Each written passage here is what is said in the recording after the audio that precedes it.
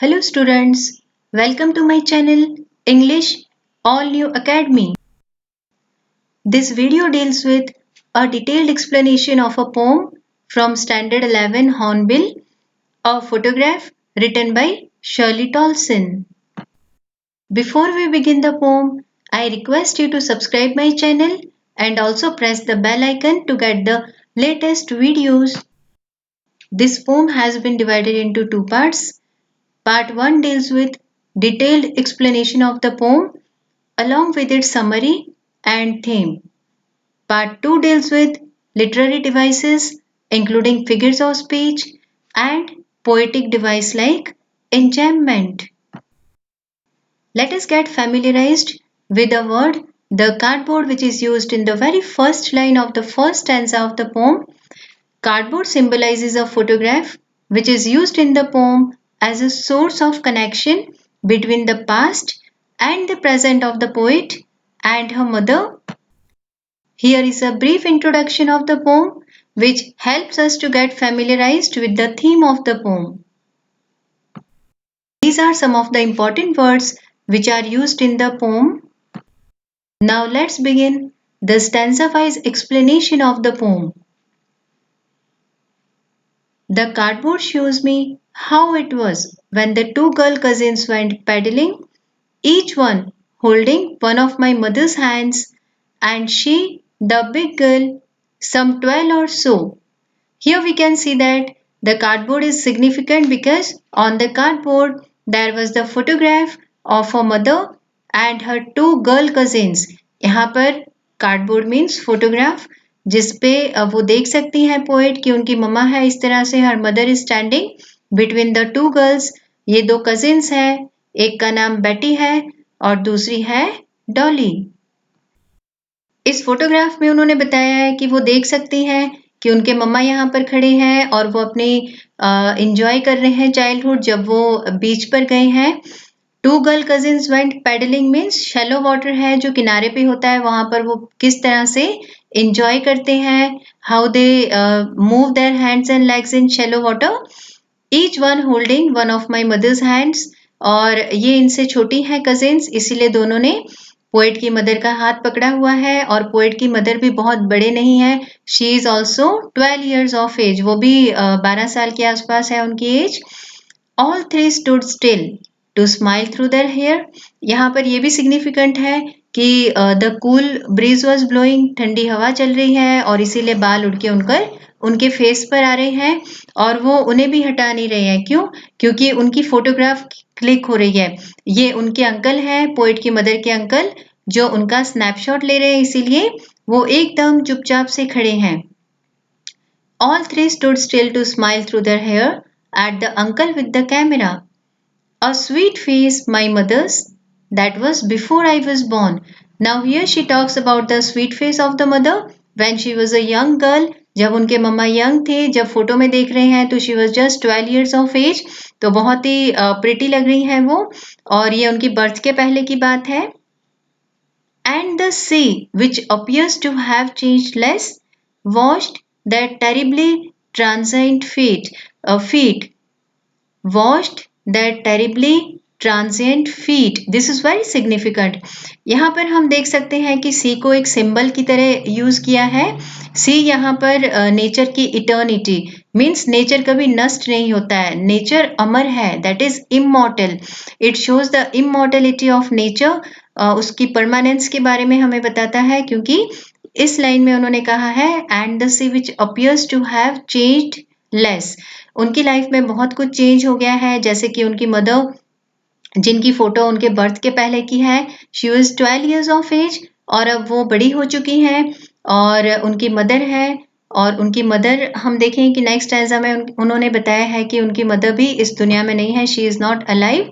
तो बहुत सारी चीज़ें चेंज हो चुकी हैं लेकिन नेचर है जो कि चेंज नहीं हुआ है. The sea has changed less. Washed that terribly transient feet. यहाँ पर ट्रांजेंट की बात की गई है क्योंकि ट्रांजेंट मीन्स इम्परमानेंट या हम कह सकते हैं दैट इज पेरिशेबल और temporary which last for a short period of time, जैसे कि ह्यूमन बींग्स हैं, ये फेट को असाइन किया है, तो ह्यूमन बींग्स के लिए यूज हुआ है। हम इंसान जो हैं वी आर मॉर्टल, हम ज्यादा साल तक नहीं जी पाते हैं दुनिया में और एक ना एक दिन हमारी डेथ हो जाती है। तो यहाँ पर हम देख सकते हैं the theme of permanence versus impermanence is brought up, the permanence of nature and transience of human beings. Now here the situation has changed. Mother is grown up person now. यहाँ पर देखिए 12 इयर्स की as में इनकी photo है और अब ये इनकी मदर, उनकी बेटी है पोइट, और इनकी मदर जो है वो अपनी फोटोग्राफ जब उन्होंने क्लिक की थी उसके 20 to 30 इयर्स के बाद वो अपनी फोटो को देखती हैं और वो हंसती हैं अपनी फोटो देखकर और बताती हैं अपनी बेटी को, पोइट को, सी बेटी and Dolly she'd say and look how they dressed us for beach, और कहती हैं कि कैसे हमारे पेरेंट्स ने हमें बीच के लिए ड्रेस किया था और हम लोग कैसे लग रहे हैं, और खुश भी होती हैं साथ में और थोड़ा सा दुखी भी होती है क्योंकि वो जो बचपन के दिन है we can not get back those days which are past. The sea holiday was her past, mind is her laughter. यहाँ पर हमें पता चलता है that she is talking about the stages of her life which has undergone a great change. यहाँ पर वो बताती है कि सी हॉलीडे, जब भी मम्मा फोटोग्राफ देखती हैं उनकी मदर, तो सी हॉलीडे उनके लिए पास्ट है क्योंकि अब वो ग्रोन अप चाइल्ड है और फिर से वो अपने चाइल्डहुड में नहीं जा पाती हैं, और उनके लिए क्या है उनका पास्ट, तो हर लाफ्टर, क्यों उनका laughter, because she is no more in this world. उनकी मदर की डेथ हो चुकी है, वो उनके साथ नहीं है, तो वो याद करती हैं उनकी मदर को और उनके लाफ्टर को कि कैसे वो अपनी फोटोग्राफ को देखकर किस तरह से वो हंसती थी। Both wry, both word is used for the poet and her mother, ये दोनों के लिए ही यूज हुआ है क्योंकि दोनों ही दुखी होती थी। मदर जो है वो अपनी फोटोग्राफ को देखकर दुखी होते हैं because she is not able to go back to her childhood and enjoy as she use to, और जो पोइट है खुद वो दुखी है क्योंकि her mother is no more with her, उनकी मदर उनके साथ नहीं है, उन्हें बहुत दुख हो रहा है। इसीलिए here the words are very significant. Both wry, wry means to feel discomfort, दुखी हो जाना, with the laboured ease of loss, मतलब यहाँ पर एक तरफ से फोटोग्राफ देखती थी उनकी मदर तो खुश भी होती थी हाउ शी एंजॉयड, और दूसरी ओर she also felt a kind of loss. Here also the poet remembers the good old days spent with her mother when she used to laugh and describe the photograph, but now she is no more, that's why she also feels very sorrowful. These are the concluding lines and they are very significant. Now she has been dead nearly as many years as that girl lived. And of this circumstance, there is nothing to say at all. Its silence silences. Here we can see that her mother is no more with her. उनकी mother उनके साथ नहीं है. And she recalls that it is nearly 12 years that she has died. And of this circumstance refers to the death of mother and how lonely she feels without her, वो उनके बिना कितना अकेलापन महसूस करती हैं।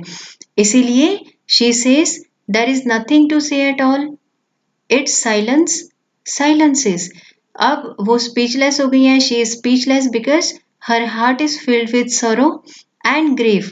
बहुत दुखी है, वो याद कर रही है मदर को और एक्सप्रेस भी नहीं कर पा रही है वर्ड्स में how sad she is feeling, how sorrowful she feels, but she is very much grieved, she feels very much lonely and we can see that she is feeling melancholic, the whole atmosphere that is of melancholy, and its silence silences। और ये जो situation है which she is unable to express, that's why the word silence is used here, वो कुछ बोल नहीं पा रही है।